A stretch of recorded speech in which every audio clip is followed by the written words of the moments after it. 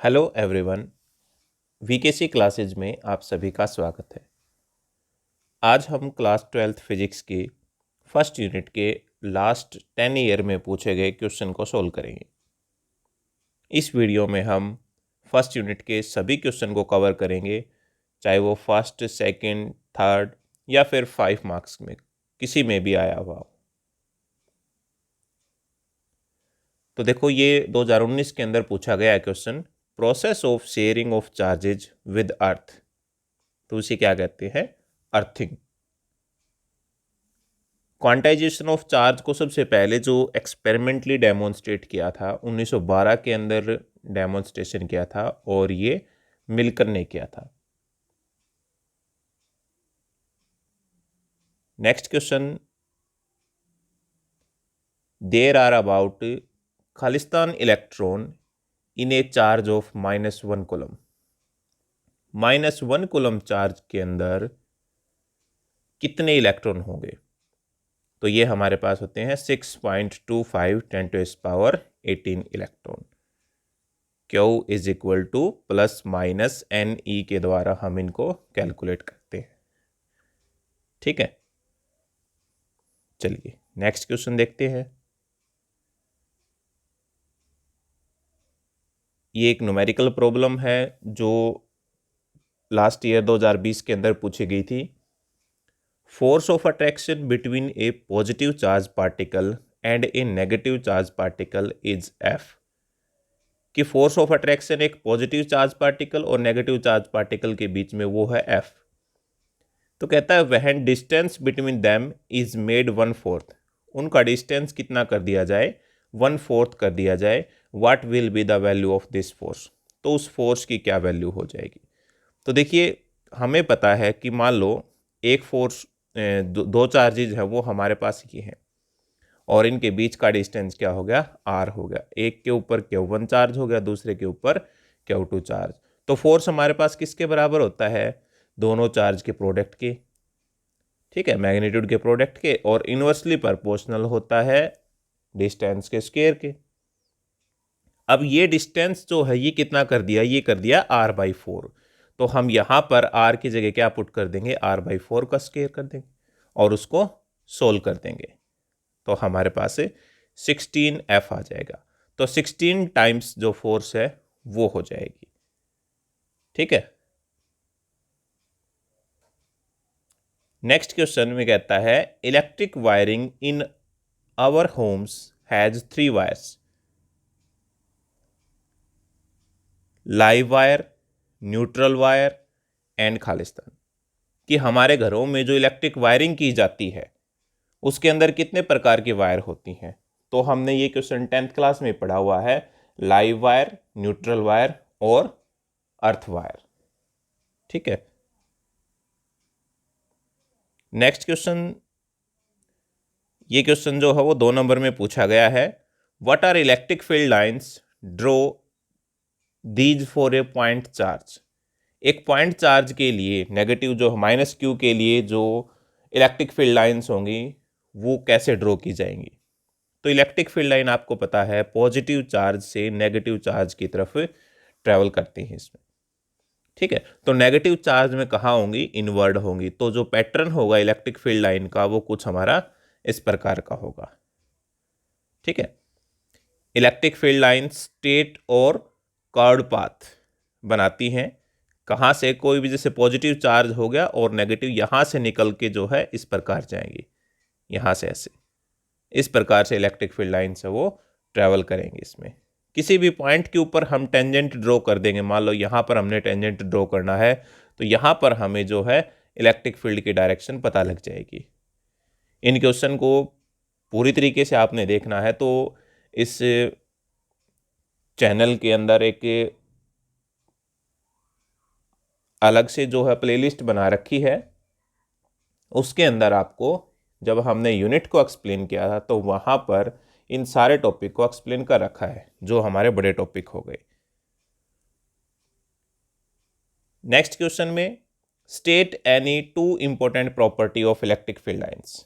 तो electric field lines की कोई 2 प्रॉपर्टी है वो आपने इसमें बतानी है। ये 2020 में लास्ट में पूछा गया था अभी। नेक्स्ट क्वेश्चन देखते हैं।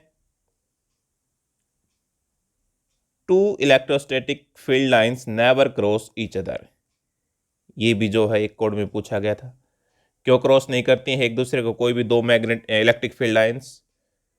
क्योंकि अगर मान लो हमने इलेक्ट्रिक फील्ड लाइंस क्रॉस करवा दी, मान लो जो है एक इलेक्ट्रिक फील्ड लाइन ऐसे होगी और दूसरी इलेक्ट्रिक फील्ड लाइन ऐसे होगी, तो इलेक्ट्रिक फील्ड लाइन की डायरेक्शन पता कैसे चलती है? जब हम किसी भी पॉइंट के ऊपर टेंजेंट ड्रॉ करते हैं।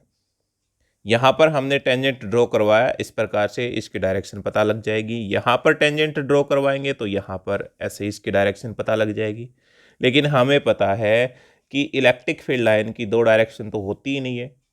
अगर ये एक दूसरे को कट कर गई तो इसका मतलब यहाँ पर इलेक्ट्रिक फील्ड की दो डायरेक्शन हो जाएंगी, और वो पॉसिबल ही नहीं है। ठीक है। Next question, what is electric potential? Electric potential V से हम डिनोट करते हैं, work done per unit charge होता है हमारे पास। इलेक्ट्रिक फ्लक्स 2018 में पूछा गया था, जिसको फाई E से हम डिनोट करते हैं। ठीक है। क्या होता है? Product of normal component of electric field and surface area through which electric field lines of force pass. या हम ये कह सकते हैं कि number of electric field lines passing through per unit area, कितने एरिया के अंदर से कितनी इलेक्ट्रिक फील्ड लाइन पास की जा रही है, वो क्या कहलाएगा? उसका इलेक्ट्रिक फ्लक्स कहलाएगा। गॉस लॉ के बारे में पूछ रखा है और उसके इंपॉर्टेंट पॉइंट्स पूछ रखे हैं। 2017 और 18 में ये पूछा गया है। तो यहाँ पर गॉस लॉ की आपने डेफिनेशन बतानी है, ज़्यादा एक्सप्लेन करने की जरूरत नहीं है क्योंकि 2 नंबर में क्वेश्चन पूछा गया था। तो जितने नंबर का क्वेश्चन पूछा जाए उसी के अकॉर्डिंग जो आपने उसको एक्सप्लेन करना है। गॉस थ्योरम अगर इसका आ जाता है 2 नंबर में तो आप सीधा जो है इनको 2 नंबर के अकॉर्डिंग एक्सप्लेन करो। अगर 5 नंबर में आता है तो फिर 5 नंबर में, लेकिन उसके साथ कोई इसकी जो एप्लीकेशन है वो दी मिलेगी अगर ये 5 नंबर का आता है तो। Right the expression for energy density of electric field E in free space. अब ये एक क्वेश्चन का, तो हम यहाँ पर डायरेक्ट जो है रिजल्ट लिख देंगे। एनर्जी डेंसिटी को U से हम डिनोट करते हैं half epsilon not E square. और अगर यही क्वेश्चन मान लो 2 नंबर में आ जाता, 3 में आ जाता, तो हम इस एक्सप्रेशन को जो है यहाँ प्रूव करके दिखाते। ठीक है। 2019 में एक न्यूमेरिकल प्रॉब्लम पूछी गई थी ये कैपेसिटेंस से रिलेटेड। 3 capacitor of capacitance 2 picofarad, 3 picofarad, 4 picofarad are connected in parallel. इनको पैरेलल में जोड़ रखा है। Determine the charge on each capacitor. तो इनमें हमने निकालना है कि भी हर एक कैपेसिटर के अंदर चार्ज जो है वो किसके बराबर हो जाएगा। If the combination is connected to a 100 volt supply, यदि इस कॉम्बिनेशन को हमने क्या कर रखा हो, 100 वोल्ट सप्लाई के साथ जोड़ रखा हो, तो हमारे पास चार्ज जो है वो किसके बराबर होता है? CV के बराबर। ठीक है। तो सभी हमने क्या किया कि सारे कैपेसिटेंस लिख लिए, C1, C2, C3 जो है इन सब की वैल्यू हमने यहाँ पर रख दी। और पोटेंशियल क्या हो गया? 100 वोल्ट हो गया। तो Q1 की वैल्यू निकालेंगे तो क्या हो जाएगा? C1V। ऐसे ही Q2 की निकालेंगे और ऐसे ही Q3 की निकालेंगे। ये हमारे पास पिको फैराड के अंदर ही रहेगा, हमने इसको फैराड में कन्वर्ट नहीं किया था। तो यूनिट हमारी क्या आ जाएगी चार्ज की? पिको कूलम आ जाएगी इसमें। अगर आप यहाँ पर इसको चेंज करते, जो ये पिको फैराड है, इस पिको फैराड को चेंज करते फैराड के अंदर, तो यहाँ पर पिको कूलम की जगह पर क्या आ जाता? कूलम आ जाता। Right the expression for energy stored in a capacitor in term of capacitance and potential difference between its plate. हमने एनर्जी स्टोर्ड इन कैपेसिटर की एक्सप्रेशन बतानी है कैपेसिटेंस और पोटेंशियल डिफरेंस की फॉर्म के अंदर। तो वो क्या हो जाएगी हमारे पास? हाफ CV स्क्वायर हो जाएगी। ठीक है। यहाँ पर हम जो है डिफरेंट फॉर्म में हम कर सकते हैं। जैसे कैपेसिटेंस की जगह पर हम वैल्यू चार्ज की पुट करना चाहे तो वो भी कर सकते हैं, V की जगह हम करना चाहें तो वो भी कर सकते हैं। ठीक है। क्योंकि हमारे पास बताया था कि चार्ज जो है वो किसके बराबर होता है? CV के बराबर। और यहाँ से C की वैल्यू निकालें तो क्या हो जाएगा? Q/V। ये जो फॉर्म हो जाएगी, इस C की जगह पर हम Q/V पुट कर सकते हैं। तो ये चार्ज और पोटेंशियल की फॉर्म में हो जाएगी। यहाँ से V की वैल्यू निकाल लेंगे तो क्या हो जाएगा, Q/C आ जाएगी, और इस V की जगह पर हम क्या पुट कर देंगे, Q/C। तो ये हमारे पास चार्ज और कैपेसिटेंस की फॉर्म में आ जाएगी। यहाँ पर पूछ रखा है चार्ज और पोटेंशियल की फॉर्म में, सॉरी कैपेसिटेंस और पोटेंशियल की फॉर्म में। Right the expression for energy stored in capacitor in terms of charge and potential. ये अब की बार वही बात आ गई, चार्ज और पोटेंशियल में। ठीक है, तो ये क्या हो जाएगी, हाफ Q/V के बराबर। नेक्स्ट क्वेश्चन देखो, अब की बार आ गया चार्ज और कैपेसिटेंस की फॉर्म में, तो ये भी हम कर सकते हैं यहाँ पर। नेक्स्ट में हमने इक्विवेलेंट कैपेसिटेंस निकालना है, A और B के बीच में कितना हो जाएगा। तो देखिए, जब भी ऐसा कोई सर्किट आता है तो उसको हमने सिंप्लीफाई करके सिंपल बनाना होता है। ठीक है, तो यहां हम देखें सिर्फ इस कैपेसिटेंस को छोड़ दें तो बाकी सभी का कैपेसिटेंस जो है एक दूसरे के साथ डिवाइड हो रहा है, कनेक्ट है। ठीक है, सिर्फ यही कैपेसिटेंस जो है इन सब के साथ सीरीज में जुड़ा हुआ है। तो यहां पर अगर देखेंगे तो ये सारे C1, C2 और C3 ये क्या है, पैरेलल में जुड़े हुए। तो इनको हमने सिंप्लीफाई करने के लिए क्या कर लिया है, इस सर्किट को ऐसे बना लिया, यहां से ऐसे C1, C2, C3 इनको पैरेलल कर लिया, और C4 को फिर सेम इसी तरह से हमने यहां पर ज्वाइंट कर दिया। उसके बाद हमने सिर्फ क्या करना है, फॉर्मूला लगाना है। ये हमारे पास जो है पैरेलल में हो गए, और कैपेसिटेंस जब पैरेलल में होते हैं तो हमारे पास फॉर्मूला होता है C1 + C2 + C3। सभी को हम जोड़ देंगे तो हमारे पास इक्विवेलेंट कैपेसिटेंस आ जाएगा। ऐसे ही यदि हमने पैरेलल में करना है, क्योंकि ये हमारे पास रिजल्टेंट आ गया, अब ये जो रिजल्टेंट आया है ये रिजल्टेंट दूसरे के साथ पैरेलल में जुड़ा हुआ है, सॉरी सीरीज में जुड़ा हुआ है, तो उनका सीरीज कॉम्बिनेशन हम करेंगे तो क्या करेंगे, 1/, कर देंगे। तो हमारे पास ये 1/, का आंसर आ जाएगा इसमें, यानी 5 माइक्रोफैराड इसका इक्विवेलेंट कैपेसिटेंस आ जाएगा। नेक्स्ट क्वेश्चन में कहता है what is the capacitance of parallel plate capacitor when a conducting slab of thickness T and same area as plates is placed between parallel plate capacitor। कहता है कि capacitance क्या होगा parallel plate capacitor का जब कंडक्टिंग स्लैब जिसकी thickness T हो और एरिया क्या हो, सेम हो, और उसको हमने पैरेलल प्लेट कैपेसिटर के बीच में रखा हुआ हो। तो कैपेसिटेंस क्या हो जाएगा, A∪0 D - T के बराबर हो जाएगा। A∪0 डिवाइड में D - T, ये हमारे पास कैपेसिटेंस हो जाएगा। What is coulomb law in electrostatic, इसको मैंने एक्सप्लेन कर रखा है, आपको आता भी होगा बहुत अच्छे से तरीके से।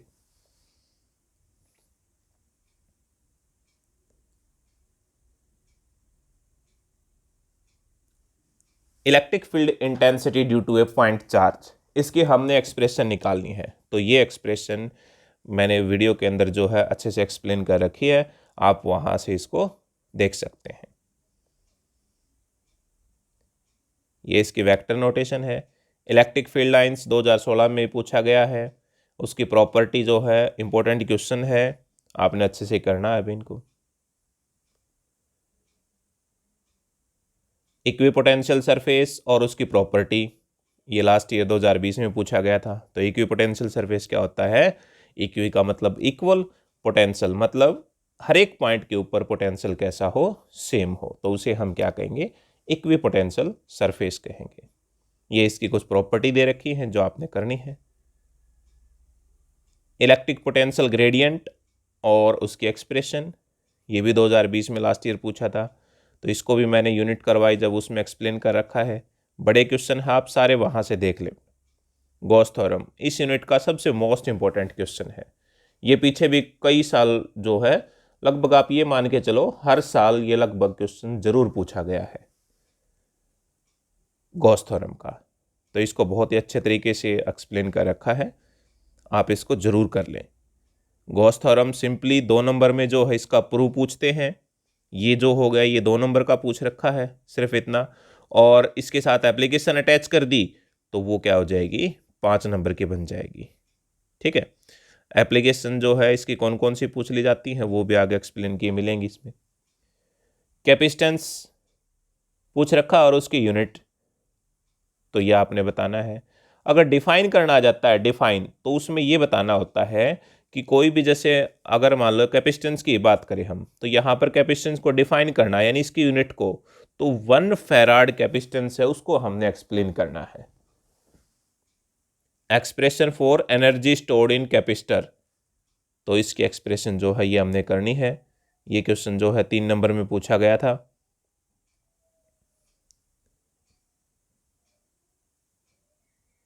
Expression for capacitance of 3 capacitor in series and parallel combination, कि भी 3 कैपेसिटर हैं, सीरीज में जोड़ रखे हैं और पैरेलल कॉम्बिनेशन में जोड़ रखे हैं, तो उनको हमने एक्सप्लेन करना है। यानी यहाँ पर सीधा क्या पूछ रखा है, सिर्फ इसकी एक्सप्रेशन पूछ रखी है। 2 नंबर का क्वेश्चन है ये, तो हमने डायरेक्ट रिजल्ट बताना है इसमें बस।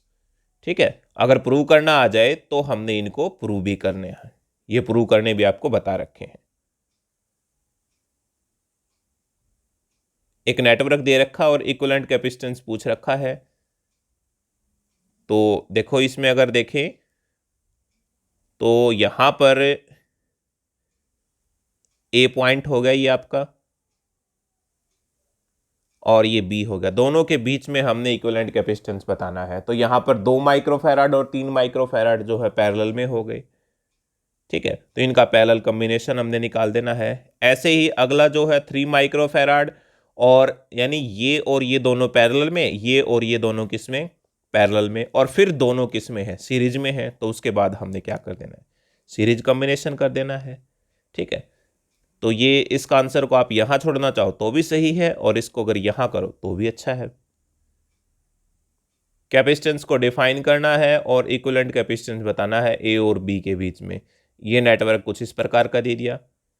ठीक है, तो यहां पर हमने क्या करना है, ये और ये दोनों पैरेलल में हो गए, फिर इनका जो रिजल्ट आएगा वो इसके साथ क्या हो जाएगा, सीरीज के अंदर। फिर ऊपर जो रिजल्ट आएगा वो इनके साथ किस में हो जाएगा, पैरेलल में हो जाएगा। ठीक है, तो इस तरह से हमने इस सर्किट को सिंप्लीफाई करके सोल्व करना है।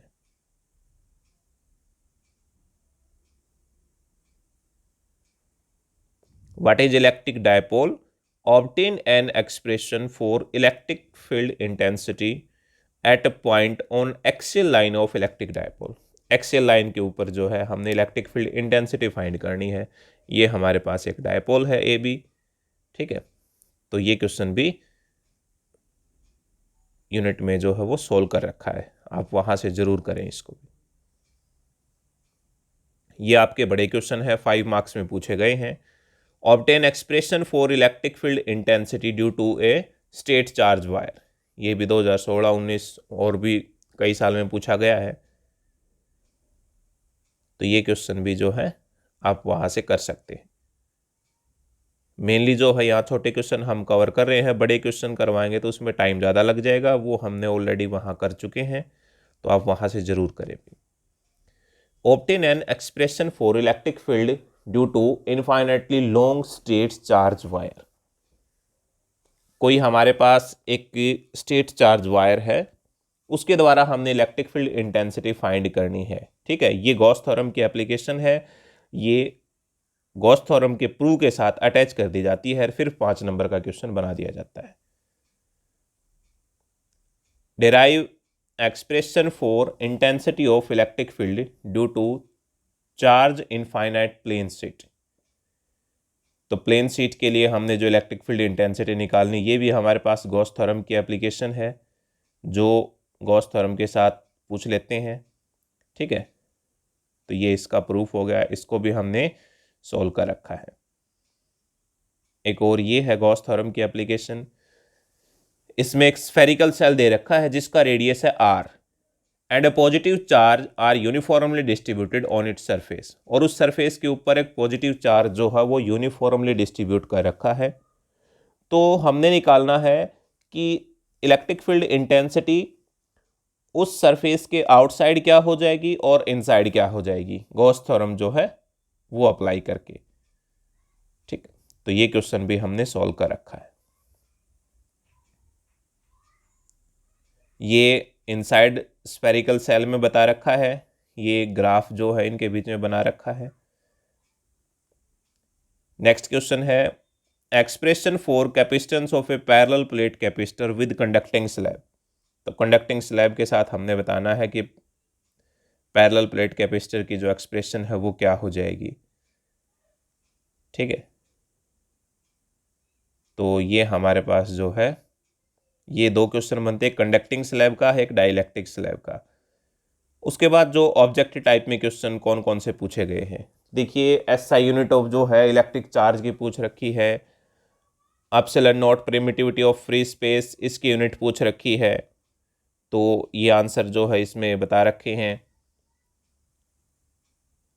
ऐसे ही एसआई यूनिट जो है के जो हमारे पास कूलम लॉ होता है Q1 Q2 divide by 4 pi epsilon naught r square, जो 1/4 pi epsilon naught r square हम करते हैं, तो वहां पर के कांस्टेंट लेते थे, के Q1 Q2 divide by are square. तो जो के की यूनिट है वो हमारे पास ये होती है। Ratio of magnitude of electric force in air and water between an electron and a proton. तो वो हमारे पास रेशियो क्या होता है, डाइलेक्ट्रिक कांस्टेंट के बराबर होता है, जिसको हम के से रिप्रेजेंट करते हैं।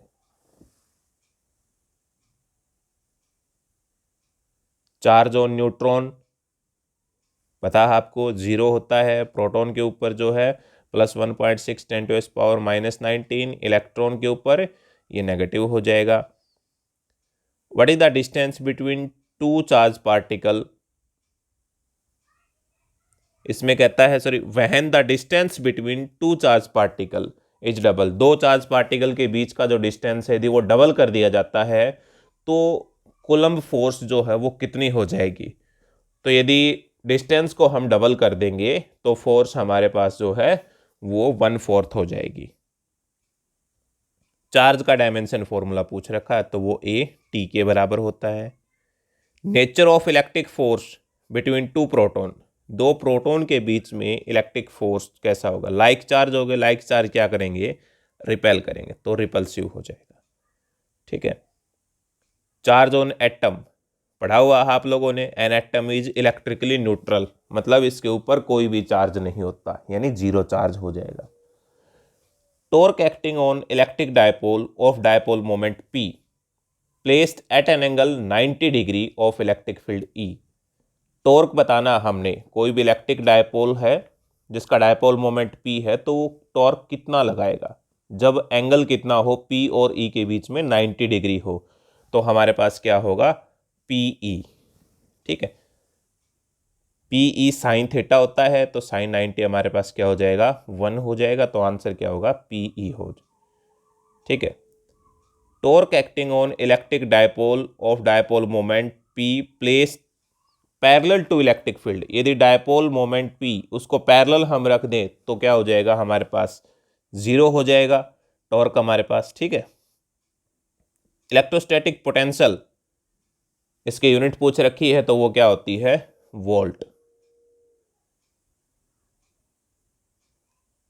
डायमेंशन फॉर्मूला इस यूनिट से पूछे जाते हैं, इलेक्ट्रोस्टैटिक पोटेंशियल का डायमेंशन फॉर्मूला जो है वो हमारे पास ये इसका डायमेंशन फॉर्मूला हो गया।